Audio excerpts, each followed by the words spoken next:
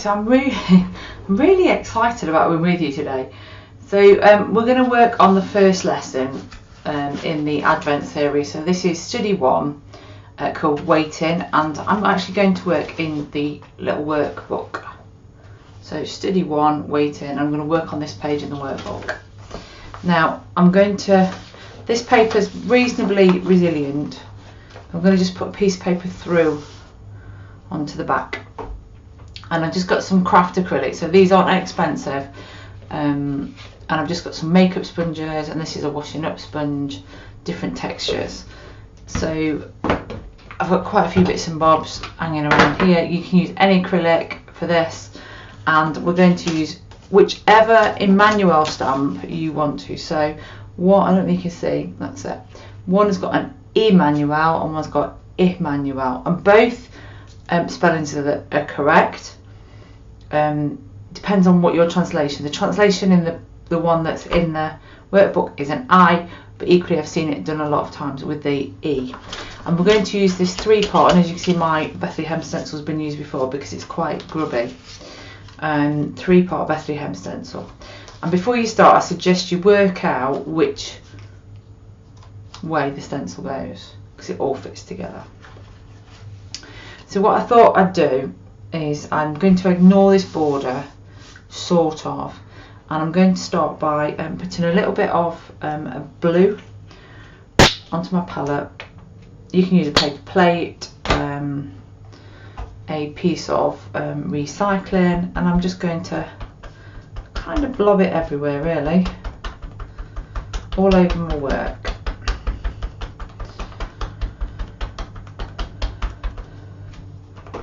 Now you could do this over a page in your Bible. Acrylic won't go through in your Bible.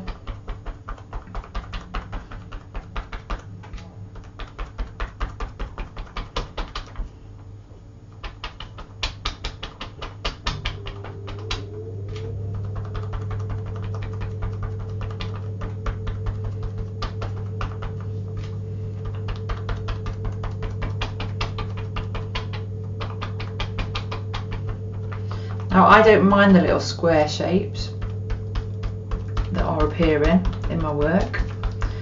It doesn't bother me at all, but if it bothers you, just going around a more of a circular motion, or do this, and you get a different texture. But I don't mind, because it's not about the work of art, it's about me connecting with God, and yeah, just getting on really.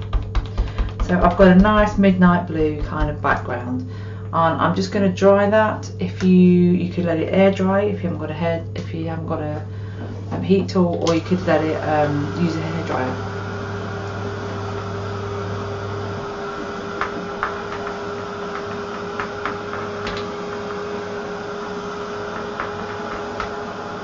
Right, so that's the acrylic all nice and dry. I have some orange squash on the go. As you can see, it actually hasn't gone through the page. The only blue that's on it is where I've gone underneath the page. It's brought a little bit of grain upon the page, a little bit of pilling, but that's fine with me. Now Bethlehem sits on a hill, and we're kind of going down the silhouette route, so I'm just going to grab some black acrylic and a different sponge. I'm going to drop that blue sponge in some water so that it doesn't set hard. Once acrylic sets hard, you can't do anything with it. Now you could equally put this on with a brush. You don't have to use a sponge. I just like a sponge. It's up to you. That was my computer pinging. Just to let you know, I'm a human being like all of you guys. And this is a Sunday afternoon in where am I filming this? Sunday afternoon in mid-October. So I'm thinking about Christmas on a Sunday afternoon in mid-October. In fact, we've just done our Harvest Festival at church today. So that's kind of where we're at. So I'm going to need that one again. So this stencil's in 3 parts. You've got you see the outline of the buildings. You've got the lights. You can see the lights. And that's the mask that gets cut out from there. That if you want to mask it to do something else afterwards, you can do. So I'm kind of going to put my buildings there, and to stop it moving, I'm just going to put a little bit of washi tape. Now I'm not going to put it over my acrylic in case it lifts it. It shouldn't do, but it's a little bit of washi tape. This is the really cheap washi tape that you can get from places like B&M Bargains, if you've got one of those near you. Always a great place to find art materials. Some of these acrylics, these ones are from Home Bargains, something like £2.99. So I'm going to use some more black, so I'm going to just squeeze a little bit more out onto my palette. And the key with using stencils is to dab. Don't rub, dab. So I'm going to hold my stencil down and I'm going to dab. Now I really want to really get these buildings in dark. Darker than the hill, because I want them to stand out. So what I might do is 2 layers, depending on how we're doing. Now my hill's not big enough just there, I've just noticed, but we can deal with that later. So I'm just gonna, the only problem with doing this without moving the stencil is the paint will dry on the stencil as well. If you're not worried about that, that's fine. The stencils will discolour over time. It's just the nature of the way the stencils are. On one side the stencils is textured anyway, so depending on which way up you've got the stencils, depends on how clean it's able to be got afterwards. But I don't worry about my stencils, to be fair. So I've got that bit in and ready. Now you can see here, I'm just going to move that off camera. You can see where I've missed my hill. So all I'm going to do with my, just put my hill in a little bit more.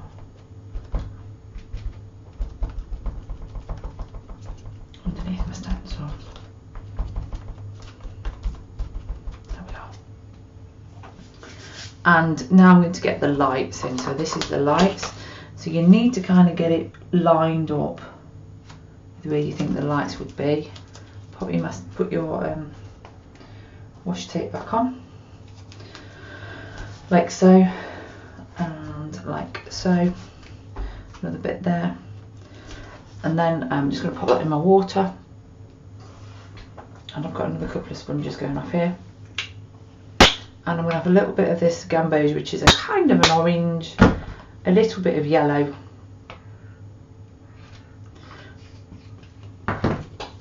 Cheap crafters acrylic is fine for this. This one is Royal Linical.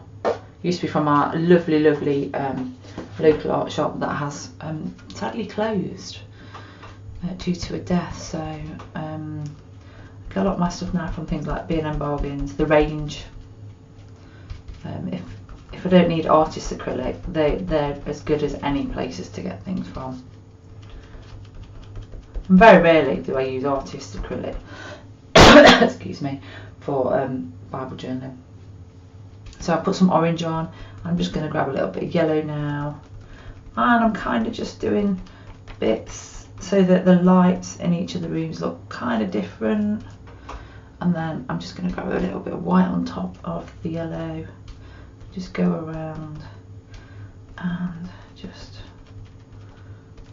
I'm going to give it another dry. You can just lift it off and let it dry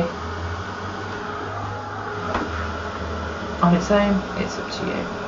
What I'm going to do before I take it off completely is I'm going to hold it at this end so it doesn't move off, and I'm just going to lift this up and have a look how it looks. I think I'd like a little bit more depth in some of the colours on some of the bits, so I'm going to just add a bit more orange in places. Now these are just makeup sponges. If I use a washing up sponge, you get a different texture, which can be useful. You can even use the spiky end. The spike end's really good for grass texture. I think I got a bit too much white just there, so get a bit more. I'm not looking for a work of art. So here we go. So I'm going to lift the stencil off. Yep, some of mine have got too much paint on, but that's fine. That is absolutely fine.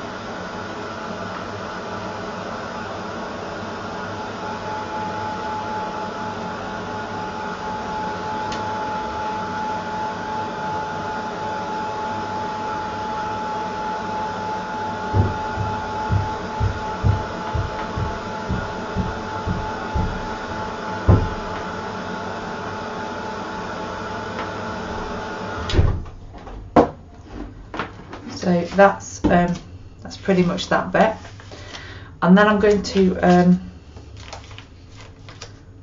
put the word Emmanuel down the bottom. Now you could use a Posca pen or a jelly roll to write it in white. But being as I've got white acrylic going off up here already, that's open, I'm going to use.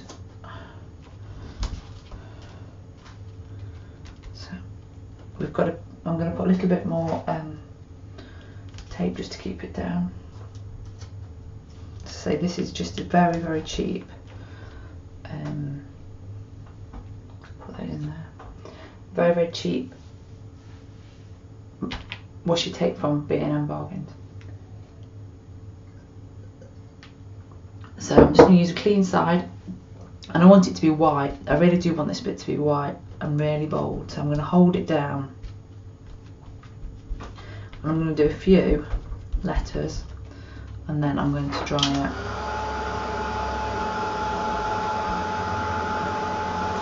And if you get acrylic too wet, too hot rather, it will bubble, so just be aware of that, because it's a plastic after all. It shouldn't affect your stencils. It might affect the glue on the washi tape. If you look, it's lifting the glue on the washi tape here.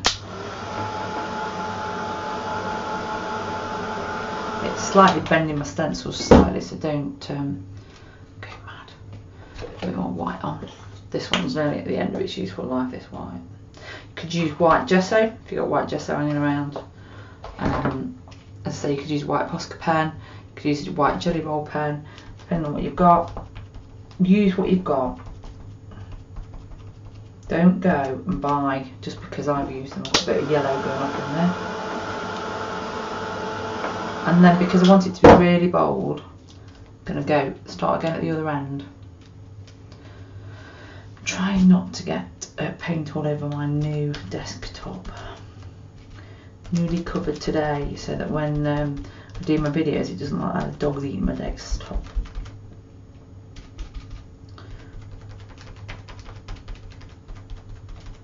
See, I'm doing a dabbing motion so that I don't disturb the stencil and don't get it under the stencil. So I'm going to drop that in there now. Lift it up.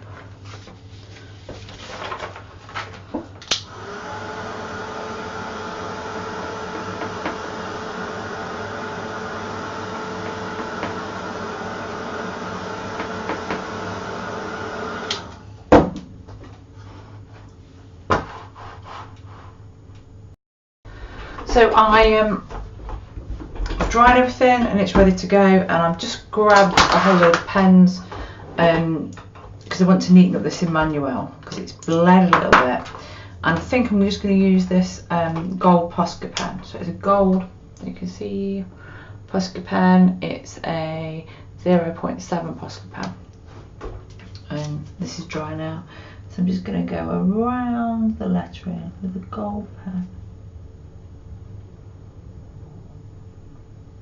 So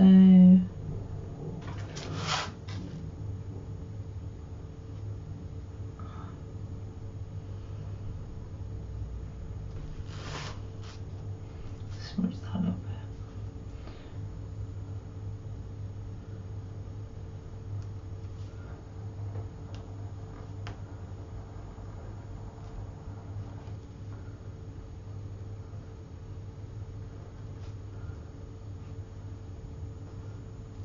Now, if your paint's not dry, you'll wreck your pens. Just take your time, make sure everything's dry. It's not a rush, it's about spending time in the word.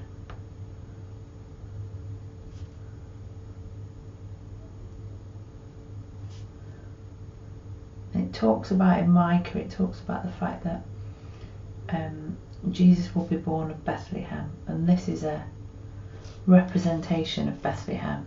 And it says in Isaiah that he would, a king will come, and he will be called God with us, which is what Emmanuel means. So we often sing O Come Emmanuel this time of year in church. It's an Advent carol.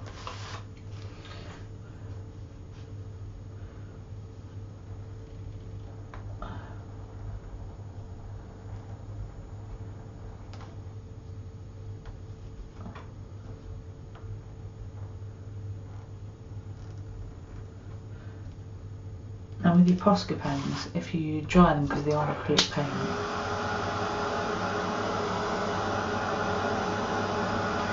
if your writing's gone a little bit skewed, you can go over them again. Just make them darker. So here where there's a lot of white underneath it, go over it again. The actual messiness disappears. The only reason I've done this is I've put too much paint on this end. And I think I'm going to get, I'm going to try this one. This one's a jelly roll pen. I don't know if you can see. There we are, jelly roll pen. And see what I can kind of just put a little bit of. I'm just tidying up the windows. You don't want too much detail on, just kind of in the whole.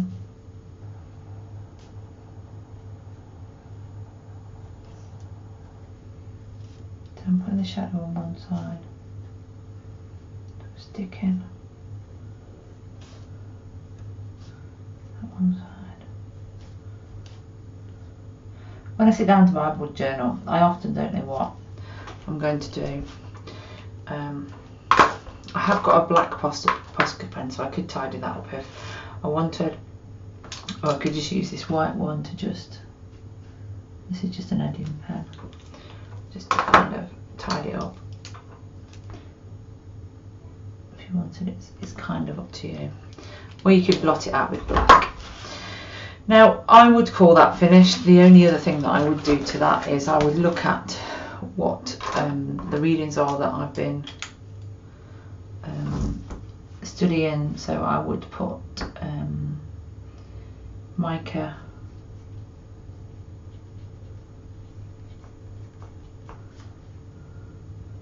5:2 and Isaiah